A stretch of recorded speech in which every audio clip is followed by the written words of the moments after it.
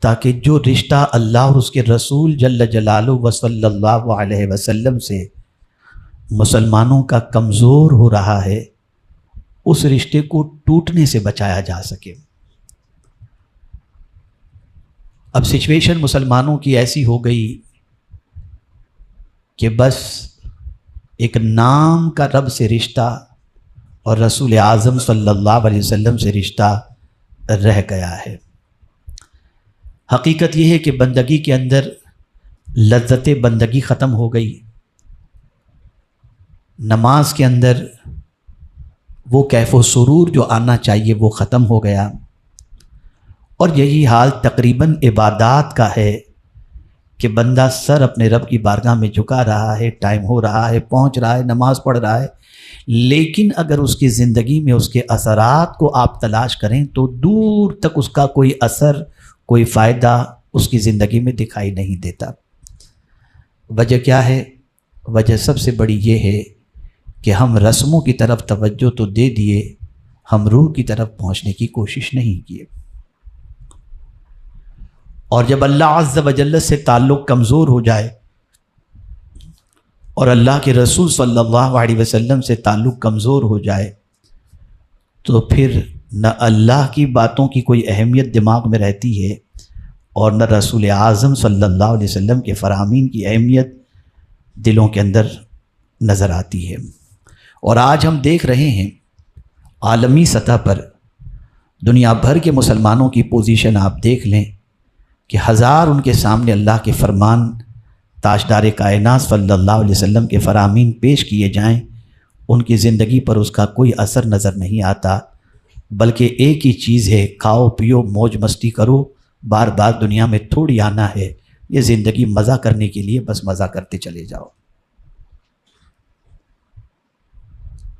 جب یہ سچویشن پیدا ہو جائے تو ہر اس شخص کی ذمہ داری بڑھ جاتی ہے جو شخص اس میدان کے اتار چڑھاؤ کو جانتا ہے اور آنے والے مسائل کے سلسلے میں تھوڑا سا ادراک رکھتا ہے، اس کی ذمہ داری بن جاتی ہے کہ بھٹکتے ہوئے بہکتے ہوئے لوگوں کو کسی نہ کسی طریقے سے سیدھے راستے کا مسافر بنایا جائے۔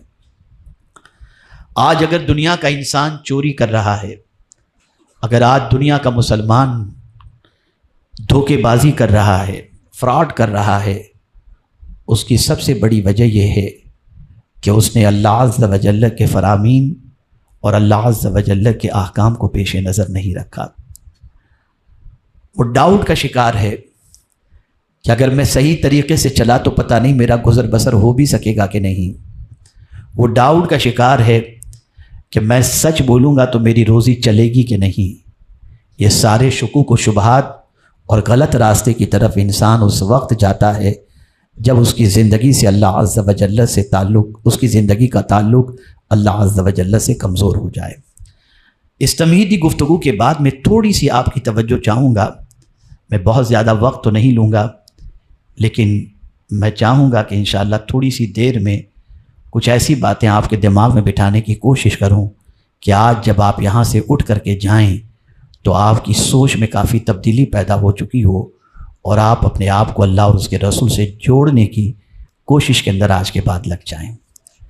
یہ معاشرہ ہے، آپ کاروبار کرتے ہیں، لین دین کرتے ہیں، قرض لیتے ہیں، بہت ساری چیزیں ہوتی ہیں۔ آپ نے اگر کسی سے لین دین کے اندر یا کسی معاملے کے اندر کوئی وعدہ کر لیا اور اس وعدے کے بعد آپ نے وعدہ پورا نہ کیا تو مجھے بتائیے کہ سامنے والے کی نگاہوں میں آپ کی عزت رہے گی یا چلی جائے گی؟ جواب دیں۔ وعدے کی اہمیت بہت زیادہ ہے، وعدے کی وفا کرنے والے کا مقام بہت اچھا ہے۔ وعدہ اتنی اہم چیز ہے کہ اللہ کے رسول صلی اللہ علیہ وسلم نے وعدے کو ایمان کے ساتھ جوڑ دیا اور فرمایا الا لا ایمان لمن لا عہد لہ، آگاہ ہو جاؤ، وہ شخص صاحب ایمان نہیں، کامل مومن نہیں جو وعدے کی وفا نہ کرتا ہو۔ اسی لیے جب منافق کی علامت حضور نے بیان فرمائی تو اس علامت کے اندر ایک علامت یہ بھی بیان فرمائی کہ جو منافق ہوتا ہے وہ وعدہ خلافی کرتا ہے۔ قرآن مقدس میں اللہ عز و جل نے مومنوں سے فرمایا یا ایھا الذین آمنوا اوفوا بالعقود، اے ایمان والو وعدے کی وفا کرو، جب وعدہ کرو تو اسے پورا کرو۔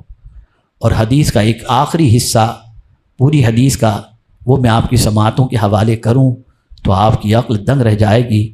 اللہ کے رسول صلی اللہ علیہ وسلم نے ارشاد فرمایا میری امت پر اس وقت دشمن غالب آ جائے گا جب میری امت کے اندر وعدہ خلافی شروع ہو جائے گی۔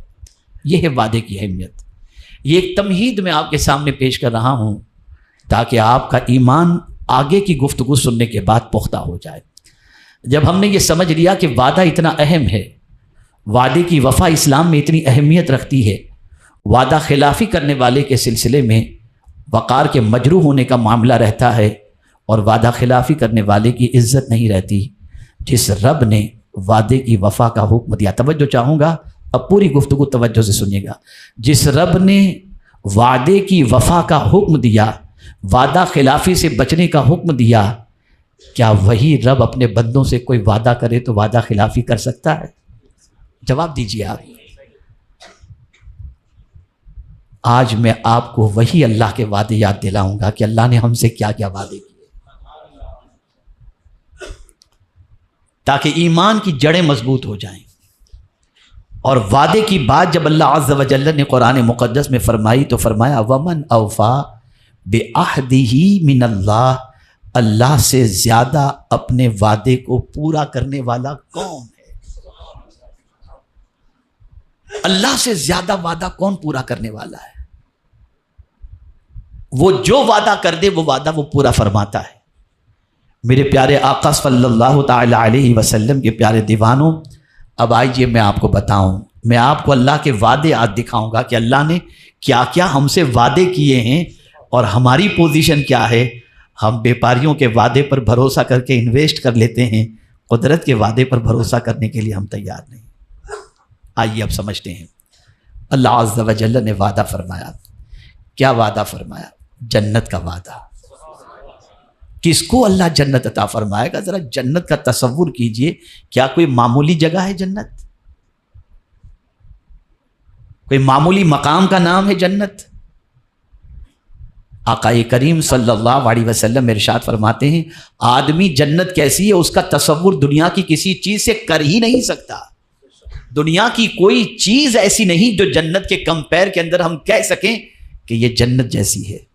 ایسی حسین جنت ہے، اتنی خوبصورت جنت ہے، اتنی پیاری جنت ہے۔ میرے پیارے آقا صلی اللہ تعالی علیہ وسلم کے پیارے دیوانوں، میرے رب نے کس کے لیے جنت کا وعدہ فرمایا؟ ہم چاہتے ہیں کہ ہمارا گھر دریا کے کنارے پر ہو، ہم چاہتے ہیں کہ ہمارا بنگلو پوش ایریے کے اندر ہو، ہم ہر اچھی جگہ پر اپنے مکان کی امید رکھتے ہیں، لیکن کوئی مکان ایسا نہیں جہاں پر ہم پرماننٹ رہ سکیں۔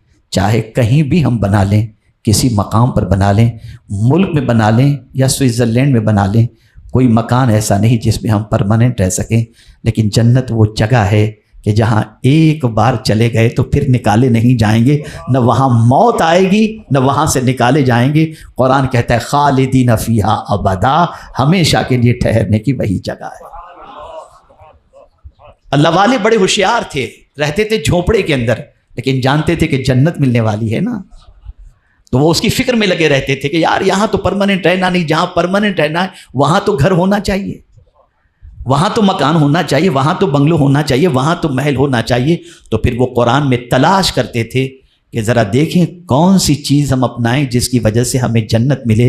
اور یہ بات یاد رکھیں، اتنا انویسٹ کرو گے، اتنا بھرو گے تو فلاں جگہ آپ کو مکان ملے گا، یہ بیپاری کہہ سکتا ہے لیکن دے یہ ضروری نہیں۔ لیکن میرا رب اگر کہہ دے یہ کرو گے تو میں جنت دوں گا تو وہ اپنا وعدہ پورا کر کے ہی رہے گا۔ یہ یقین ہونا چاہیے، یہ عقیدہ ہونا چاہیے۔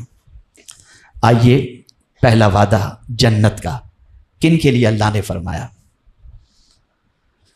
رب قدیر ارشاد فرماتا ہے ان الذین قالوا ربنا اللہ ثم استقاموا فلا خوف علیہم ولا هم يحزنون اولئک اصحاب الجنة خالدین فیہا جزاء بما كانوا یعملون۔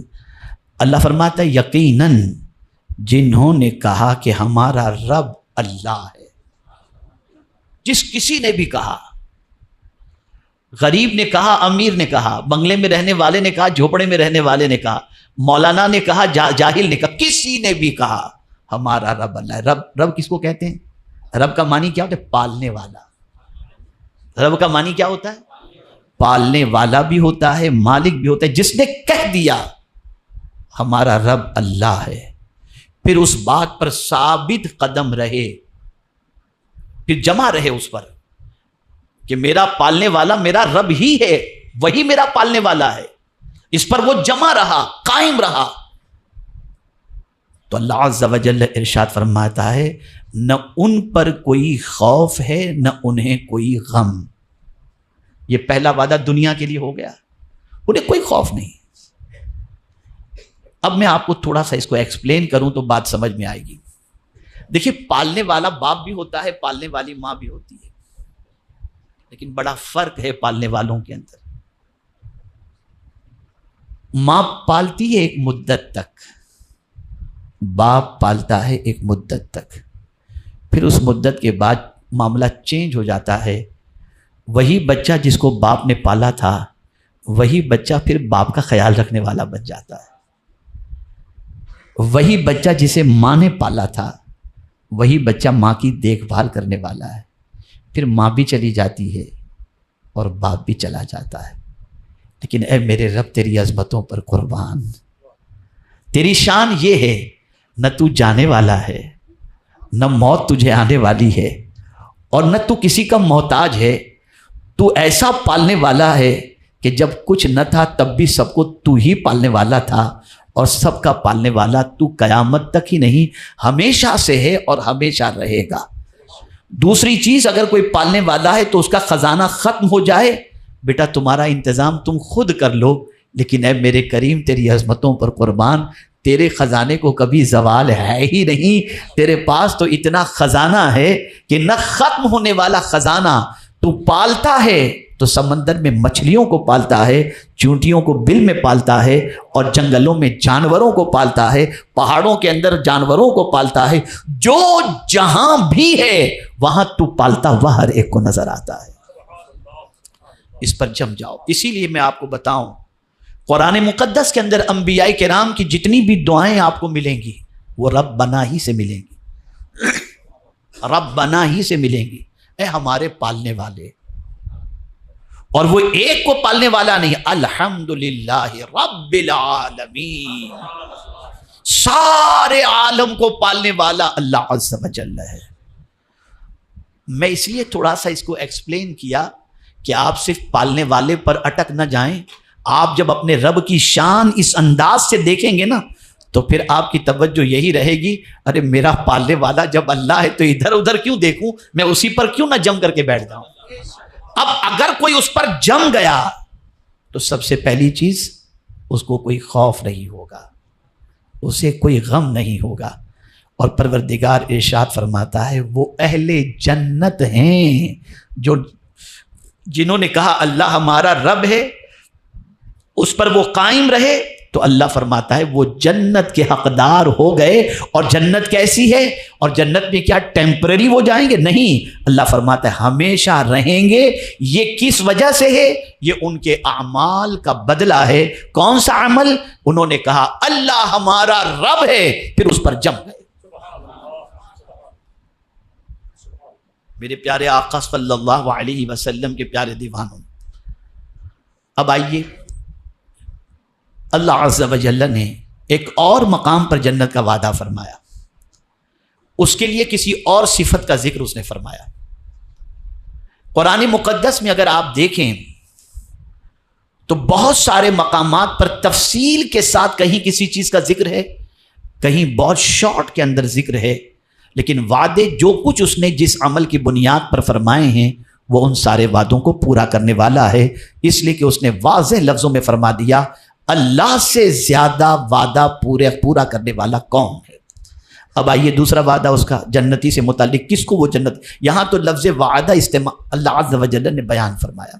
ایک اور مقام پر ارشاد فرمایا وعد اللہ المؤمنین والمؤمنات جنات تجری من تحتها الانہار خالدین فیہا ومساکن طیبۃ فی جنات عدن ورضوان من اللہ اکبر ذالک هو الفوز العظیم۔ اللہ تعالیٰ نے مسلمان مردوں اور مسلمان عورتوں کو باغات کا وعدہ کیا ہے، جو مسلمان ہیں۔ اب آپ کہیں گے میں مسلمان ہوں، میں مومن ہوں، تو میرے پیارے آقا صلی اللہ علیہ وسلم کے پیارے دیوانوں، اصطلاح شریعت کے اعتبار سے یقیناً ہم مسلمان ہیں، لیکن اگر ہم دیکھیں کہ کامل مسلمان ہونے کے جو اوصاف اللہ کے رسول صلی اللہ علیہ وسلم نے بیان فرمائے، کیا وہ ہمارے اندر ہیں؟ ہم اسے اپنے اندر تلاش کریں۔ آقا کریم صلی اللہ علیہ وسلم نے ارشاد فرمایا، المسلم، مسلمان وہ ہے جس کی زبان اور ہاتھ سے دوسرا مسلمان محفوظ رہے۔ یہ حضور نے مسلمان کی تعریف فرمائی۔ مسلمان کبھی اپنی زبان اور اپنے ہاتھ سے دوسرے مسلمان کو تکلیف پہنچاتا ہی نہیں، بلکہ مسلمان کی وجہ سے دوسرا مسلمان ان چیزوں سے محفوظ رہتا ہے۔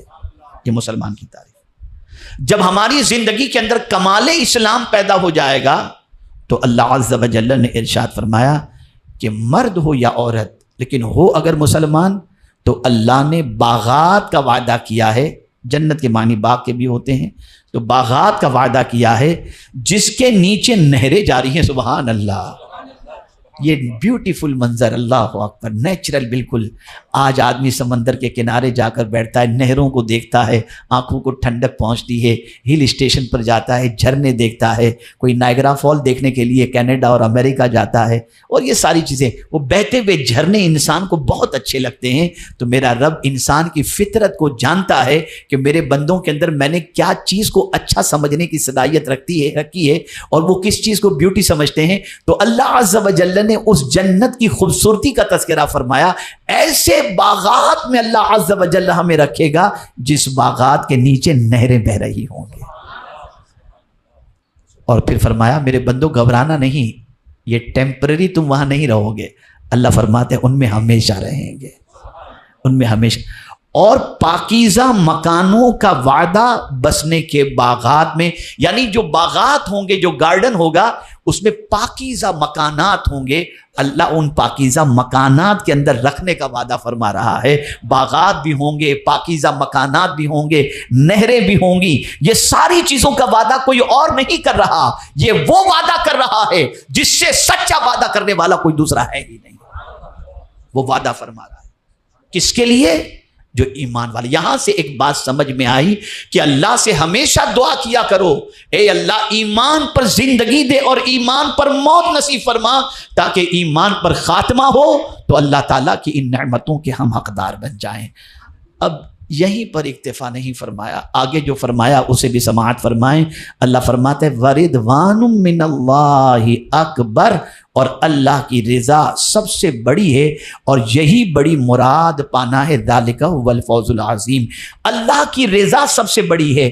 ہم اس کو خوش کرنے کی فکر، اس کو خوش کرنے کی فکر، اس کو راضی کرنے کی فکر، تو قرآن کہتا ہے نہیں، سب سے بڑی چیز یہ ہے کہ تمہارا رب تم سے راضی ہو جائے، اس کی فکر کرو۔ اس لیے کہ جنت کوئی نہیں دے سکتا، جنت کا مالک بھی وہی ہے، جنت کا خالق بھی وہی ہے، اس لیے اس کو راضی کر لو۔